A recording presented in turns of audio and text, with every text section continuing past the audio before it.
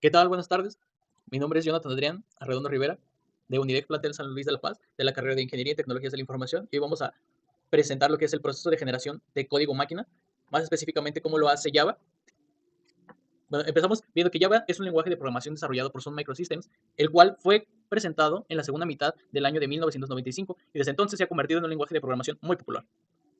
En Java, la entrada de los datos se realiza mediante flujos de entrada, los cuales para realizar la entrada de datos es necesario que estos flujos se abran como si fuera una tipo puerta, precisamente que se abre para permitir el paso de ellos y así leer la información del flujo de salida. Para realizar la salida de datos es necesario abrir el flujo de salida. Otra vez regresamos a la analogía de la puerta, permitiendo abrirlo, el flujo de salida, para que pasen por ahí los datos.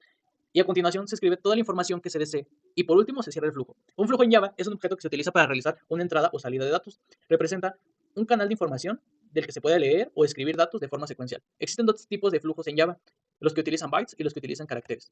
En este caso estamos mostrando una tablita en la cual tenemos estos caracteres de estos flujos, los flujos con bytes, que estos son los flujos de entrada. Con bytes, por ejemplo, tenemos el input stream, el bat array input stream, el file input stream, el data input stream, el objeto input stream y el string buffer input stream. Por ejemplo, los flujos con caracteres de entrada tenemos el reader, el buffer reader, el line number reader, el char array reader, el filter reader, el push flag reader, el input stream reader, el file reader, el bit reader y el string reader. Ahora nos pasamos a los flujos de salida, igual con bytes y con caracteres. En los flujos con bytes tenemos el output stream, el byte array output stream, el file output stream, el data output stream, el print stream, el object output stream. Y en los flujos con caracteres tenemos el wither, el char array wither, el filter wither, el output stream wither, el file wither, el print wither y el string wither. Ahora, existen flujos con bytes y flujos con caracteres que se aplican a la misma entrada o salida, en el cual utilizamos como los que son el file input stream y file output stream. Son flujos para leer y escribir bytes en un fichero, o el file reader, el file wither. También son flujos que aplican a ficheros, pero en este caso para leer y escribir caracteres. Ahora, vamos a pasarnos a algo un poquito que podamos entender, para entender esto un poquito mejor de cómo es este proceso. Vamos a ver la perspectiva desde la entrada de datos desde el teclado, que es lo más común que nosotros hacemos cuando utilizamos un programa, cuando realizamos un programa. Ingresamos ya sea los datos solicitados que nos permite el programa mediante el teclado para así que el programa siga su ejecución y cumpla con una tarea diseñada o específica. Ahora, el flujo de entrada system_in se usa para leer los datos que se introducen en el teclado. Si este flujo se pasa como un argumento o una instancia a la clase scanner, que permite realizar la lectura de datos ingresados desde el teclado. Basta con utilizar o invocar los métodos next, nextLine o nextIn para leer una palabra, una línea y un número respectivamente. Por ejemplo, el nextIn nos va a servir para leer los números enteros. El nextLine nos va a servir para leer toda la línea. Y así respectivamente, o ya sea como sea el caso. Ahora, para utilizar la clase Scanner en un programa Java siempre va a ser necesario importar la librería Java Util Scanner. Por lo general utilizamos el import Java Util Scanner precisamente para agarrar todo lo necesario para que nos pueda almacenar esta información introducida desde el usuario. Así que supongamos que deseamos realizar un programa que nos pide el nombre, el día, el mes y el año de la fecha de nacimiento de una persona. Pues este programa va a declarar una instancia de clase Scanner con el nombre entrada teclado que se inicializa con el flujo de entrada system_in, que nos va a permitir almacenar estos datos ingresados desde el teclado. Ahora, la variable de nombre tipo string se inicializa con el nombre que se introduce en el teclado.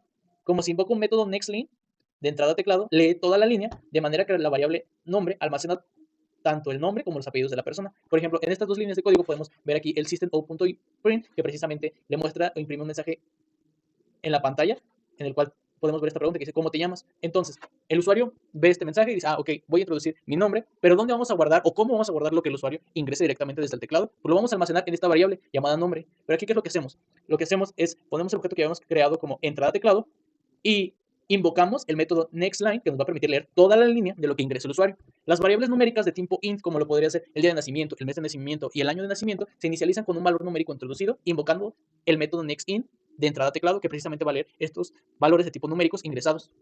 Entonces, aquí en estas dos líneas de código tenemos que imprimimos un mensaje al usuario en el cual le indica qué día naciste. Ok, entonces ya como usuario, nosotros ponemos el día en el que nacimos, ¿verdad? Es un valor de tipo numérico. ¿Y dónde lo vamos a guardar?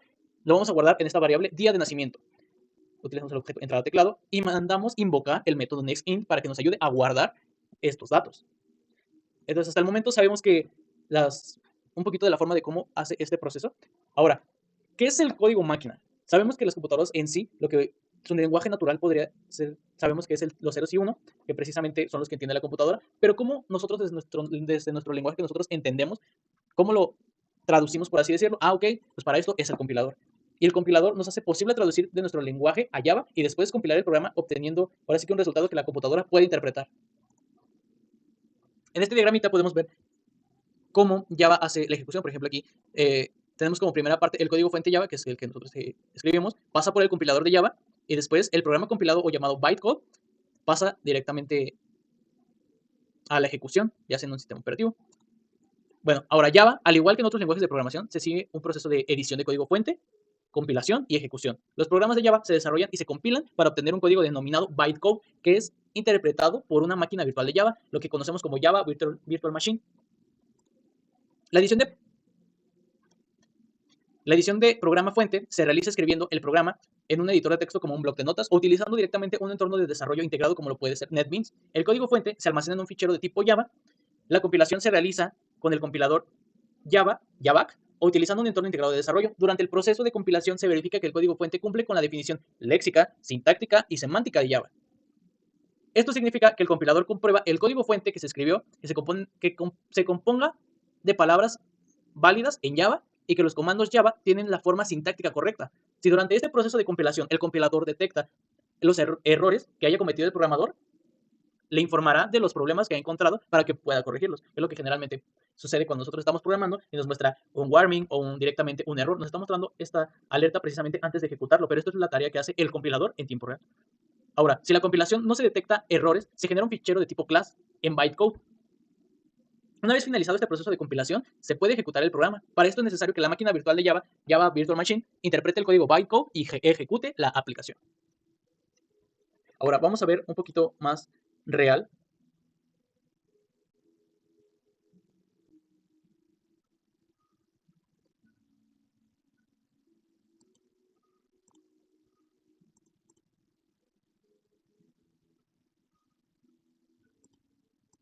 Ahora vamos a ver esta pantallita de NetBeans, que tenemos aquí de ejemplo un programa. Bueno, ahora, como los mencionábamos, este programa se va a utilizar con los datos que el usuario ingrese. Entonces, como tal, vamos a utilizar el scanner precisamente. Entonces, vamos a importar la librería Java util.scanner para poder jalar todo lo necesario para poder leer estos datos. En este caso, creamos un objeto que se llama lector, que nos va a ayudar a leer precisamente toda la información que el usuario ingrese. Por ejemplo, aquí en esta línea, en la línea 14, le enviamos un mensaje al usuario que dice cuántos valores quieres promediar. Este programa nos va a ayudar a promediar distintos valores y ya después definimos o almacenamos toda esta información que el usuario ingrese en esta variable llamada n y utilizamos el objeto lector e invocamos el método nextInt porque está leyendo valores numéricos. Al igual, en este caso, vamos a empezar a llenar nuestro arreglo y en este caso le estamos pidiendo que ingrese el valor.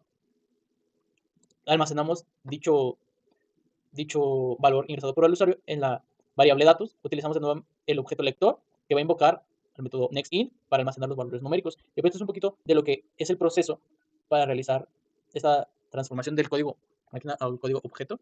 Esperemos que les guste mucho. Muchas gracias.